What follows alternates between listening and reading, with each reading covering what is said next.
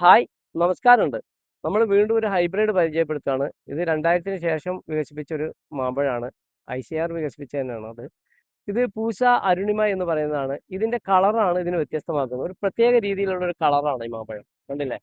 നമുക്ക് വീട്ടുമുറ്റത്തൊക്കെ വെക്കാൻ പറ്റിയതും ഇതിന്റെ കായപിടുത്തം അപാരമാണ്. നല്ല രീതിയിൽ ഇത് കായ പിടിക്കുന്നുള്ളതാണ്. ഇത് കേരളത്തിന്റെ കാലാവസ്ഥയിൽ ഇന്ത്യയിൽ എല്ലായിടത്തും നന്നായി പെർഫോം ചെയ്യുന്ന ഒരു മാവാണ്. ഇതിന്റെ പേരാണ് പൂസ അരുണിമ. ഇതിൽ മാതൃവൃക്ഷമായി വരുന്നതാണ് നമ്മുടെ അമറാപ്പലി. അമറാപ്പലി ഓൾറെഡി ഒരു ക്രോസ് ആണ്. മുമ്പ് 1970 കാലഘട്ടങ്ങളിൽ വികസിപ്പിച്ച മാമ്പഴമാണ് അമറാപ്പലി. അതിൽ മാതൃവൃക്ഷമായി വരുന്നത് ദശേനും പിതൃവൃക്ഷമായി വരുന്നത് നീലനുമാണ്. ആ മാമ്പഴത്തെ തന്നെയാണ് ഇതിന്റെ മാതൃവൃക്ഷമായിട്ട് ഇവിടെയും ഉപയോഗിച്ചിട്ടുള്ളത്. മാതൃവൃക്ഷമായി വരുന്നത് അമറാപ്പലിയും പിതൃവൃക്ഷമായി വരുന്നതാണ് സെൻസേഷൻ. അതൊരു ഫ്ലോറിഡ മാംഗോ ആണ്. ഫ്ലോറിഡ മാംഗോ ആണെങ്കിൽ ഏറ്റവും കൂടുതൽ കൃഷി ചെയ്യുന്നത് ആഫ്രിക്കയിലാണ്. അത് ആഫ്രിക്കൻ മാങ്ങ എന്ന് പലരും പറയപ്പെടുന്നുണ്ടെങ്കിലും അതിന്റെ ശരിയായ സ്ഥലം ഫ്ലോറിഡയാണ്. അപ്പൊ ഈ ഒരു ഫ്ലോറിഡ മാങ്ങകൾക്ക് നമുക്കറിയാം വേണ്ട അത്ര ബ്രിക്സ് കുറവായിരിക്കും, പക്ഷെ നല്ല കളറുകളായിരിക്കും, നല്ല ഭംഗിയുള്ള കളറായിരിക്കും.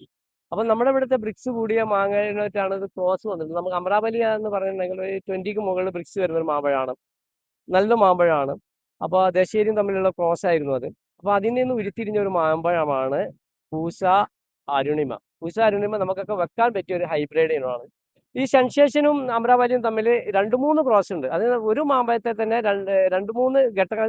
ഈ ക്രോസിങ്ങിൽ തന്നെ പല രീതിയിലുള്ള സ്വഭാവങ്ങളുള്ള മാങ്ങ നമുക്ക് ലഭിക്കും. അതുകൊണ്ട് തന്നെ നമുക്ക് ഈ അമറാവലിയും സെൻസേഷനും തമ്മിലുള്ള ഒരു ക്രോസ് ആണ്. പിന്നെ നമ്മുടെ മുൻ രാഷ്ട്രപതി പ്രതിഭ പട്ടേലിന്റെ പൂഷ പ്രതിഭ എന്നൊരു മാങ്ങയുണ്ട്. പൂഷ പ്രതിഭ എന്ന് പറഞ്ഞാൽ പ്രതിഭ പട്ടേലിന്റെ പേരിൽ അന്ന് ഇറക്കിയ ഒരു മാമ്പഴമാണ്. അതിലും വരുന്നത് ഇതേ ക്രോസ് ആണ്. അമറാവലിയാണ് അതിൽ മാതൃവൃക്ഷമായി വരുന്നത്. പിന്നെ പിതൃവൃക്ഷമായി വരുന്നത് സെൻസേഷൻ ആണ്. അതുപോലെ തന്നെ പൂഷ ശ്രേഷ്ഠ. പൂഷ ശ്രേഷ്ഠ എന്ന് പറയുന്നതും അമറാവലിയാണ് മാതൃവൃക്ഷമായി വരുന്നത്. പിതൃവൃക്ഷമായി വരുന്നത് സെൻസേഷനാണ്. ഒരേ ക്രോസ് ആണ് ഈ 3 മാമ്പഴങ്ങളിലും വന്നിട്ടുള്ളത് എന്നുള്ളതാണ് പ്രത്യേകത. പക്ഷെ ഈ 3 മാമ്പഴങ്ങളുടെയും ക്രോസ് ഒന്നാണെങ്കിലും ഇതിന്റെ 3ന്റെയും സ്വഭാവം വ്യത്യസ്തമാണ്.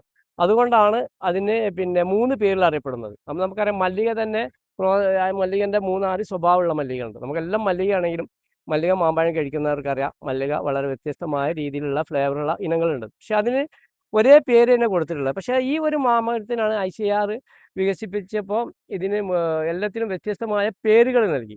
അങ്ങനെയാണ് ഇത് അറിയപ്പെടുന്നത്. പക്ഷെ ഒരേ ഇനം മാമ്പഴത്തിൽ തന്നെയാണ് ക്രോസുകൾ നടന്നിട്ടുള്ളത്. അമ്രാപലിയും സെൻസേഷനും തമ്മിലാണ് ക്രോസ് വന്നിട്ടുള്ളത്. പക്ഷെ കളർ മാമ്പഴത്തിൽ നമുക്ക് ഏറ്റവും വെക്കാൻ പറ്റിയ മാമ്പഴം ഏതാണ് ഇന്ത്യയിൽ എന്ന് വെച്ചിട്ടുണ്ടെങ്കിൽ നമുക്ക് അംബിക അരുണിക മാമ്പഴങ്ങളെക്കാളൊക്കെ നല്ലത് പൂസ അരുണിമയാണ്. പൂസ അരുണിമ കഴിഞ്ഞ് ഒരു കളർ കോമ്പിനേഷനിൽ നമുക്ക് വെക്കാൻ പറ്റിയ നല്ലൊരു മാമ്പഴമാണ് ഇത്.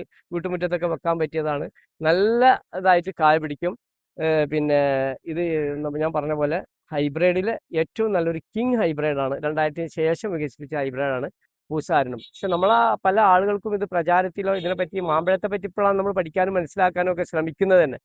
ഇത് ഒരു നല്ല കിടിലൻ മാമ്പഴമായിട്ട് ഞാൻ സെലക്ട് ചെയ്യുന്ന മാമ്പഴമാണ് പൂസ അരുണിമ. പേര് പഠിച്ചു വെച്ചോളൂ. ഇതിന് ജെന്യൂൻ ആയിട്ടുള്ള തൈകൾ വാങ്ങിച്ചോളൂ. ഈ കളറിൽ കിട്ടും, ഭംഗിയാണ്, തിന്നാൻ നല്ല ബ്രിക്സും ടേസ്റ്റും രുചിയും ഫ്ലേവറുള്ളതാണ്.